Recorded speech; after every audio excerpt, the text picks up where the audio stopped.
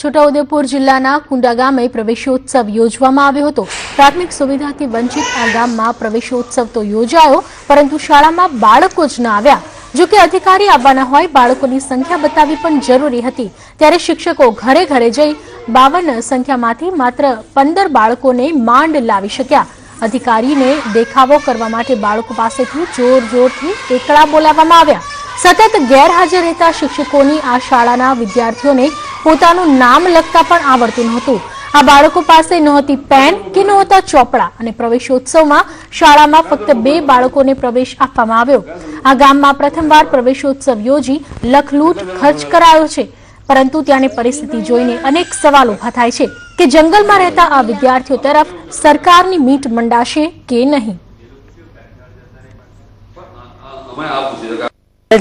शिक्षक આવતો હોય તો છોકરો ભણે ખરાબર। આજે પહેલી વાર જોયું એટલે શિક્ષકને એટલે છોકરા બધા ભણ જ હોય।